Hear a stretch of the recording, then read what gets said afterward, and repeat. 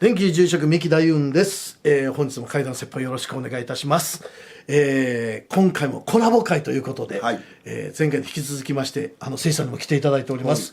で今回は小ヤッキーさんにお話しいただくということでトリプルコラボをさせていただいておりますので、そちらも、概要欄にありますのでぜひ見に行っていただきたいと思います。よろしくお願いします。本日はよろしくお願いいたします。はい、早速ですけれどもなんかもう小ヤッキーさんにはい超怖いはい体験を、そうですね。僕ははい体験はあるんですけど、はい、心霊って思いたくないんですよ。怖がりなんで。ああなるほど。はいそうでもちょっと今日聞いていただきたいのがあって、これ前自分のチャンネルで話したんですけど、ちょっともやっとするんですよ。これが本当に心霊だったのかなるほどなるほどで判断してもらいたいのと、せっかくせいさんいらっしゃるんで海外でたくさん行かれてるんで海外のお話もちょっとしたいんですよね。まずこちらの写真をご覧ください。はい、これご存知ですか？パッと見てわかります？いやわかんないです。周りね建物がないのに集中して真ん中だけ建物があると思うんですけど、これ香港にあった空論城というところですね。ああ昔あったとこですね。そうです。お二人の世代だったらまだ馴染みがあるというか、有名。映画の始まりはここです。そうですね。そうですね。そうなんですよね。今ないんで、ちょっとわからない方も多いと思うんですけど、昔はこういう異様なですね、建物群があったんですよね。空論城はですね、なぜかこの区画だけ建物が集中的に建てられていて、これはですね、確かにこう違い方形、つまりスラム街なんですけども、ちなみにアジアの中でも1位にを争う金融街なんですよね、香港っていうのは。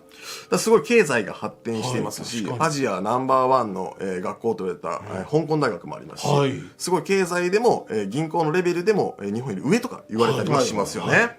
で先ほどの空論城は取り壊されていますが、このスラムというのは1950年頃から1990年半ばまであったということなので、僕の幼い時ぐらいにはまであったということですよね。全然僕ら飛行機で上飛んでましたよ。そうですよね。まだその時代ですよね。はい、だから香港行きの便のパイロットっていうのは世界でも屈指のテクニック持った人しか乗れなかったんですよ。そう今香港国際空港って結構外れの方にあるんですけど、当時って街中にまだ空港があったんで、空論の上もスレスレ行って U ターンで降りなあかんから、むちゃくちゃテクニックいるから、香港の空港に着くパイロットっていうのはもう屈指のパイロットやったっていう。日本でいうところのギリギリ伊丹空港とかまだそんな感じしますけども、で高い建物があってそれやってるんで、これすごいんですよ。でいちいち空港に申請せずに高くしていくから。ああなるほど。違い方形なんで効率ないんでやべえから。やばいんですよ。例え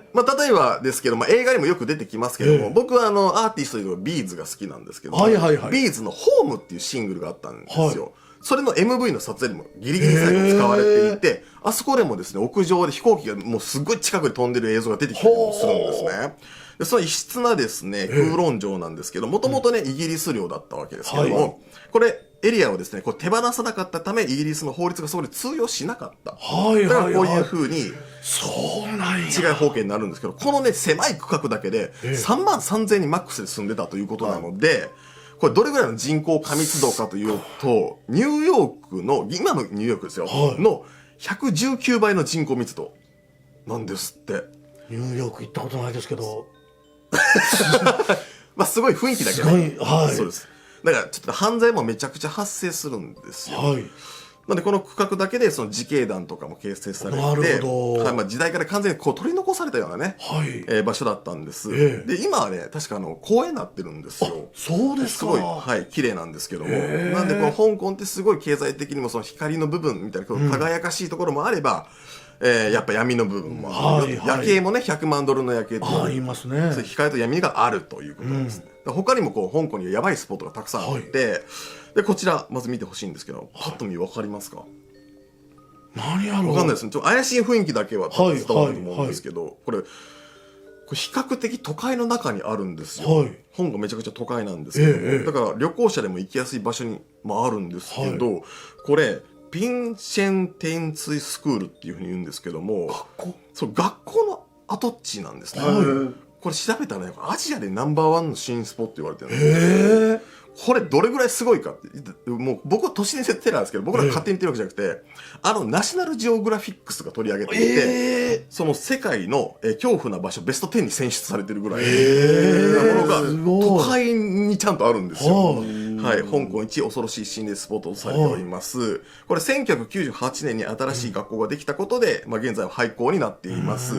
で、廃校になったにもかかわらず、なぜか20年以上も残ったままという。はい。で、ここではですね、日本軍がもう占領した時に、抵抗する村人が殺害された説とか、1898年イギリスから99年間の期限で地域を借りて一定の期間、統治することを許された後、イギリス軍に抵抗したため、死傷者が、近くの山に埋められた説など、たくさんね、伝説が残っているんですね。で、僕、なんでこの香港の話をしたかっていうと、生まれて初めて行った海外が香港だったんですよ。香港って本当に気が良くって、連れてってもらった先輩に感想を聞かれた時どうやったって言われた時に、めっちゃ気が良かったです。僕大好きですって言ったら、合格って言われて、何が合格なんですかって言ったら、香港はもうそもそも、風水で作られてるんで、街自体確かに確かに。なんですごい気がいいっていうのは正解。確かに。そうなんそうなんです。そうなんですよ。京都もそうですけどね。ですよね。例えばそのビルなんかでもでっかいビルあるんですけど、真ん中に穴開いてたりするんですよね。その穴何かって言ったら、もちろん風の抵抗をこう流すための風の穴なんですけど、ドラゴンが通る穴なんですよ。だから商売繁盛になったり。なるほど。そういうことがあるんで、すごいいいと。で、香港大好きなんで、香港の今都市伝説喋っているんですけども、ここからちょっと体験したちょっと都市伝説をお話ししますね。まだ関西に住んでた頃に東京のですねメーカーさんと打ち合わせでよく東京に来てたんですけども、その時にその方も香港によく行かれる方だったんですよ。とあるフィギュアメーカーの方で、中国でやっぱり大量生産しますね、フィギュアと。そのために一旦香港に入ってそこから北上して中国に入って工場に行ってっていうふうに、ビザの関係でそういうふうにする仕事がねあったらしいんですけども、そこで、よく香港のホテルに滞在するということでホテルの話になったんですよね。香港の好きなホテルとか、どこ泊まりますかみたいな話をしてて、僕も泊まるホテル誰かって決まってるんですけど、なんかその人のおすすめが聞きたくて聞いたら、どこどこホテルって、名前は伏せます。もうどこどこホテルっていうふうにおっしゃいました。で、その担当さんがそのホテルに泊まった時に不思議で怖い話があると。で、あったということを聞いたんですけど、まずですね、窓のない部屋っていうのが存在するんです。そのホテルは。ホテルって普通窓ありますよね。風水的なことじゃなくてかもしれないですよね。だからそういういろいろ思うんですけども、ものすごいホテルも綺麗し、部屋も綺麗なんですけど、なぜかそこには倉庫のように窓がない。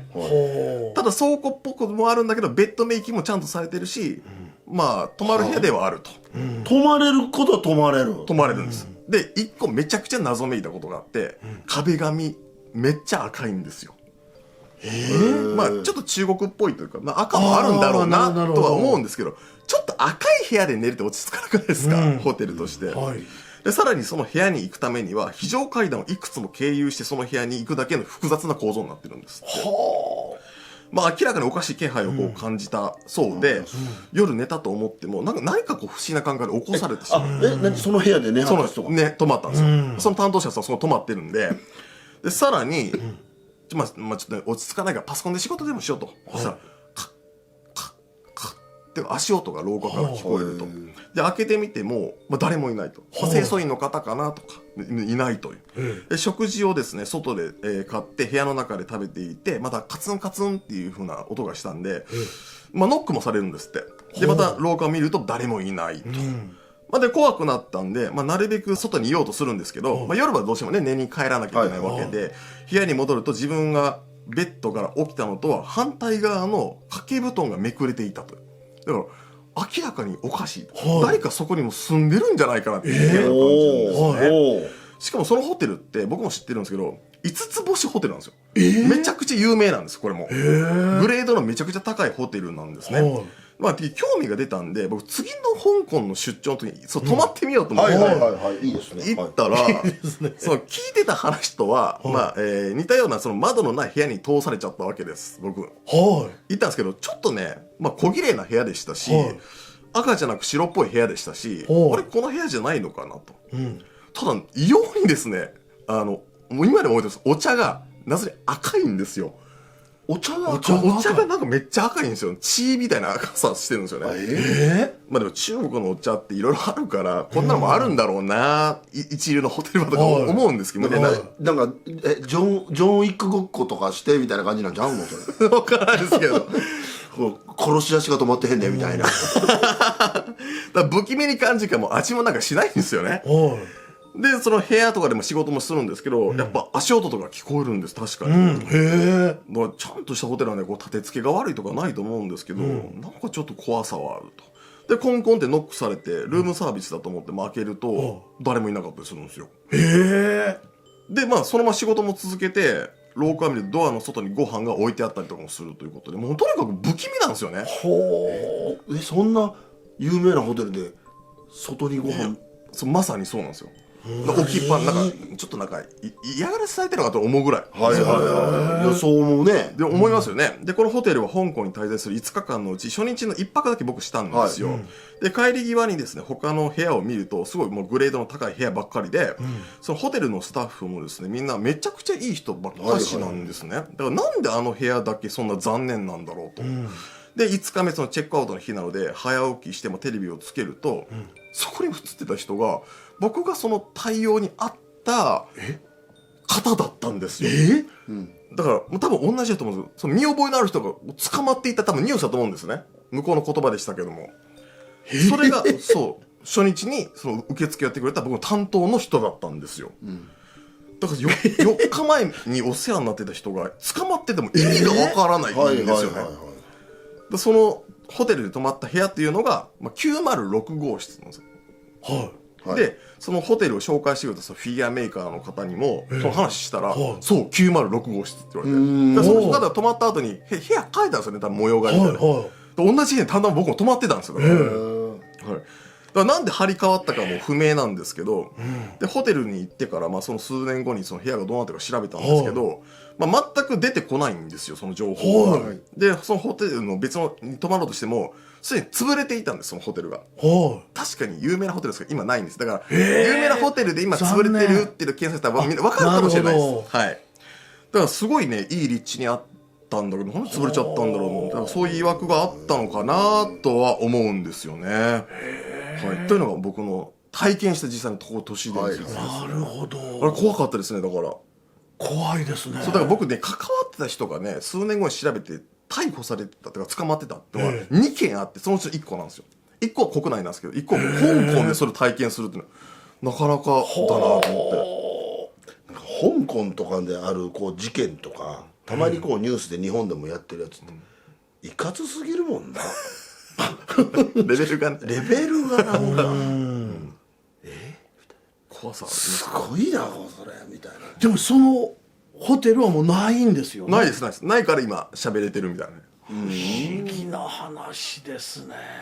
そう都市伝説がもう体験したことなんでもうちょっと怖いですよねこういうの。これも間違いなく心霊現象ですよね。いやそうだと思うんですけど。で風水作ると、たまにこれ風水師によるんですけど、穴って言われるところができちゃって、風水って家の中だけで見る風水と塵含めて見る風水と両方あるんですけど、塵含めて見た時にここどうしてももうどう考えたら建物建てたらダメだなっていう時によく死に部屋作るって聞くんですよ。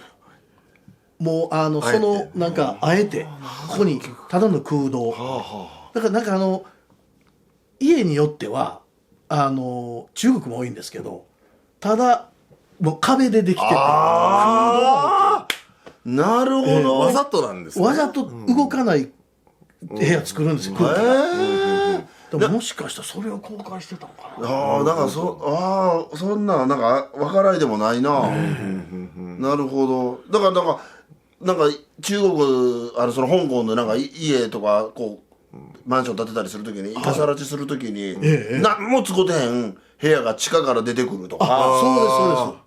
あれだから聞きますもんねそれ。風水的にやってはるんかもしれませんね。日本人にしたらそんなびっくりするやん。何これってほんでなんか札みたいなの置いてあったりする。そうですね。完全に風水やね。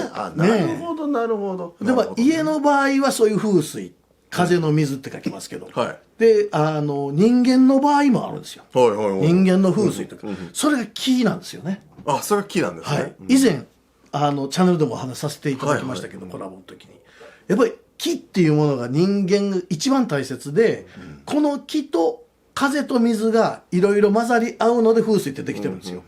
だからやっぱり木がもともと何にせよ大切なので、やっぱり元気にいること、陽気にいることを心がけてると、悪い家でも案外良くなるんですよね。ああ、なるほどね。だから風水うちはめちゃめちゃやわって言っても、やっぱりちゃんとした陽の気を持ってる人が入ると。はいはい。わかる。それ飲み会とかでもそうやもん。あ、そうなんですよ。もう陽の塊みたいな。陽のいやもう今日なんであいつおらへんねんみたいな。あいつ来てたら最高やろねっていう。そうですそうですね。そういますいます。だからその陽の気を作るっていうことが一つの幸せになる方法でもありますんで。なるほど。でも吉本でそういう陽の気を持って宴会飲み会を盛り上げるって言ったら入江君やったけど、あんなことになってしもうて入江君なんでやろ。先生今も元気にやってありますんで、またということでいろんなこと人生いろいろありますけども、陰の気に引っ張られないようにね、生きていただければ嬉しいなというふうに思います。ということで本日もどうもありがとうございました。ありがとうございました。